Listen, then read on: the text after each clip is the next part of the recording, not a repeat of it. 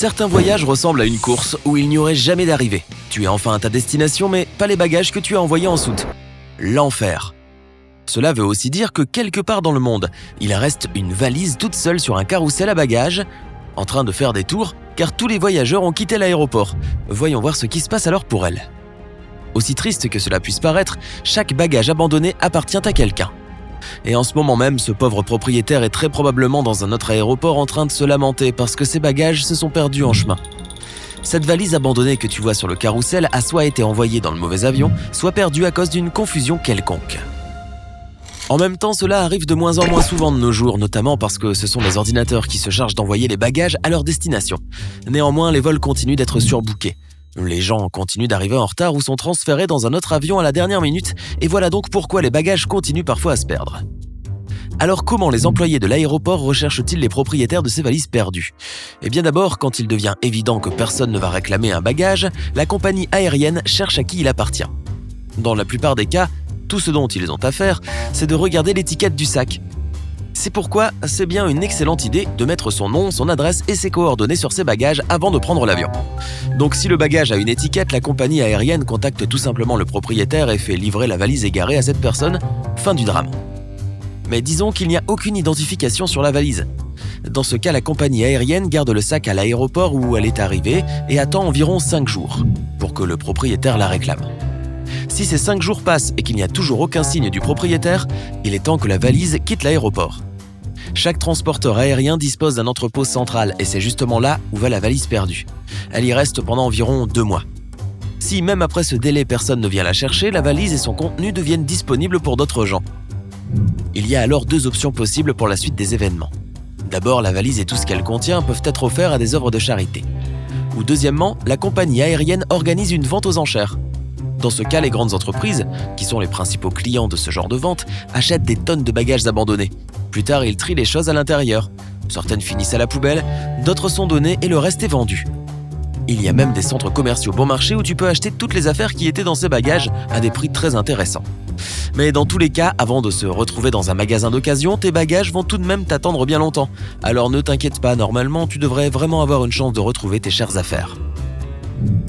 Et maintenant, laisse-moi te révéler d'autres secrets sur ce qui se passe avec tes bagages pendant cette courte, ou pas si courte, période de temps pendant laquelle vous voyagez séparément. Si ta valise peut être manipulée par les bagagistes avec une certaine brutalité, il y a une bonne raison à cela. Le temps. Le temps de chargement des bagages dans l'avion est limité. Et chaque minute de retard coûte des centaines de dollars aux compagnies aériennes. C'est pourquoi, avant de finir sur la bande transporteuse, ton sac peut finir plusieurs fois par terre sur une distance d'environ 18 mètres. De plus, les bagagistes empilent normalement les valises comme s'ils jouaient à un jeu de Tetris. Ils rassemblent les bagages de différentes tailles et formes pour construire un solide mur de valises. Garde cela à l'esprit la prochaine fois que tu réfléchiras au meilleur endroit pour ranger quelque chose de fragile. Le personnel des aéroports a tendance à traiter les valises à 2 roues moins bien que celles qui en ont 4. Il n'y a pas d'explication logique à cela, étant donné que généralement les valises à 4 roues sont plus chères que celles à 2, elles ne sont pas autant maltraitées pendant le processus de chargement ou de déchargement. Quand on parle de bagages, la plupart des gens oublient que le personnel de chargement doit aussi s'occuper de choses qui ne sont pas de vraies valises, comme par exemple les poussettes, les sièges d'auto, etc. Ces articles sont transportés avec tout le reste d'équipage, même s'ils n'ont pas besoin d'être mis dans des sacs. Dans ce cas, les compagnies aériennes enroulent tout simplement une étiquette autour d'une partie de l'objet, qu'il soit surdimensionné ou de forme inhabituelle, et le laissent partir avec le reste des bagages. Mais n'oublie pas que ce genre de bagage arrive toujours en dernier sur le tapis roulant, car s'il se coince quelque part, les bagagistes doivent tout arrêter pour l'enlever. Seules quelques valises sont munies de leurs propres étiquettes. Dans la plupart des cas, les gens doivent acheter des étiquettes supplémentaires pour pouvoir les identifier en cas de perte. Mais tu dois savoir que si ton étiquette se détache de ta valise pendant son transport, les bagagistes n'auront pas le temps de la remettre en place. Au lieu de cela, l'étiquette se transformera en FOD, Foreign Object Debris, et sera enlevée et jetée à la poubelle. Il y a des gens qui considèrent que la poignée sur le côté des valises n'est pas nécessaire et choisissent celles qui n'en ont pas. Ils ne savent pas que cette poignée permet pourtant au personnel de l'aéroport de mettre plus facilement les valises sur le chargeur de bagages. Par conséquent, les bagages équipés de ces poignées reçoivent un meilleur traitement. Maintenant, tu es au courant. Les bagages de marque ne reçoivent pas un meilleur traitement et ne sont pas pris avec plus de soin que le reste des objets qui partent en soute. Le personnel de l'aéroport a tellement peu de temps pour charger et décharger tout qu'il ne prête guère attention aux marques ou au coût d'une valise.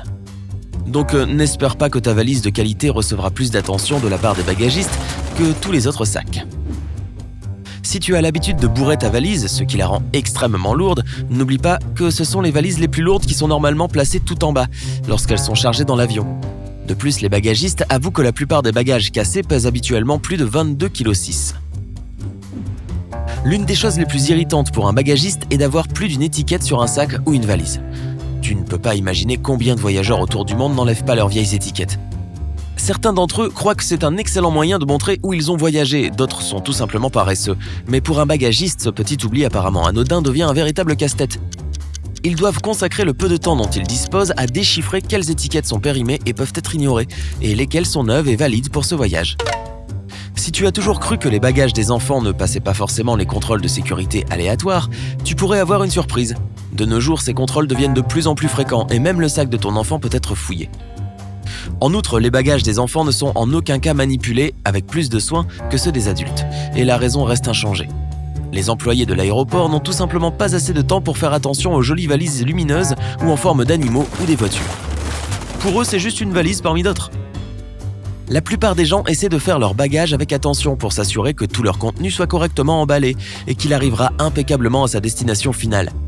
Malheureusement, ce n'est pas toujours le cas. Supposons que ton bagage s'ouvre parce que tu l'as trop chargé ou qu'une pièce de ton sac à dos se soit détachée pendant le transport.